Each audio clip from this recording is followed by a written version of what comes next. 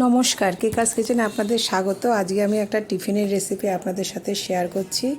এখানে আমি নিয়ে নিয়েছি ক্যাপসিকাম, টমেটো, কাঁচা লঙ্কা কুচি আর আলু সেদ্ধ।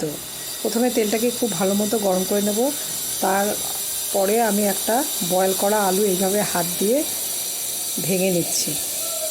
একদম মিহি করে ভাঙা যাবে না, ঠিক এইভাবে ভেঙে নিলাম। এবার ক্যাপসিকাম, পেঁয়াজ কুচি কিছুক্ষণ ভাজাভুজি করে অল্প কয়েক মিনিট নাড়াচাড়া করে আমি দিয়ে দিলাম এই আলু সেদ্ধটা।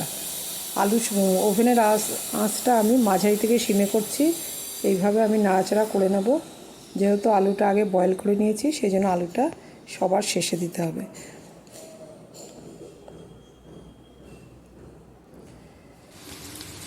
কয়েক মিনিট ভাজা করে দিয়ে দিলাম টুকরো করে রাখা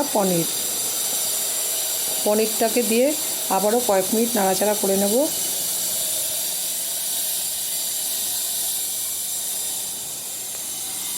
এবার আমি এর মধ্যে দিয়ে দেব মশলা। আমি এখানে ভাজা মশলা দিচ্ছি, জিরে, ধনে আর শুকনো লঙ্কার গুঁড়োটাকে টেলে চাটুর মধ্যে আমি এটাকে গুঁড়ো করে নিয়েছি। এতে এটা খেতে ভালো লাগবে। দিয়ে দিলাম আমার স্বাদ মতো লাল লঙ্কার গুঁড়ো আর দিয়ে দেব সামান্য চাট মশলা। সমস্তটা দিয়ে আমি নাড়াচাড়া করে ঠান্ডা করে নেব। আর এখানে একটা ডো করে নিয়েছি, আটার ডো। এবার ডোটাকে বেলে নেব। এমনি নর্মাল যেরকম আমরা রুটি করি সেরকম রুটি করে এটাকে বেলে নেব। এটাকে আপনার ইচ্ছে করে সর্ষের তেল দিয়ে, সাদা তেল দিয়েও বেলতে পারেন। আমি এখানে আটা দিয়ে বেলেছি, কিন্তু আটাটা খুব ভালো মতো ফেলে দিতে হবে যেন কোনো আটার গুঁড়ো এর মধ্যে লেগে না থাকে। প্রথমে হাত দিয়ে একটু চেপে চেপে নিলাম।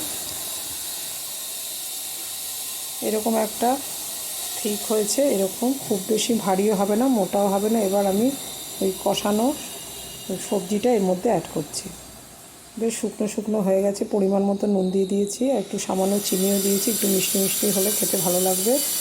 এবার এটাকে আমি রুটির মধ্যে দিয়ে দেবো। বেশি করে দিলে এটা খেতে ভালো লাগবে। সমস্তটা দিয়ে দিয়েছি। দিয়ে আমি দুপাশ দিয়ে এইভাবে মুড়ে নিচ্ছি। আলতো করে চেপে চেপে দিয়ে দেবো। আমি আমার পছন্দসই শেপে নিয়েছি। এবার এটাকে আমি সাদা তেলে চাটুর মধ্যে শ্যালো ফ্রাই করে নেব। এইভাবে চেপে দিলাম।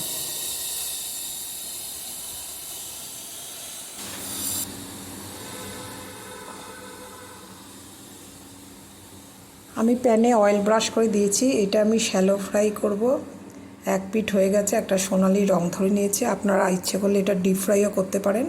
আমি স্বাস্থ্যকর খাবার একটা বানাচ্ছি, যেহেতু এখন বেশ গরম, একটু ডিপ ফ্রাই কম খাওয়াই ভালো।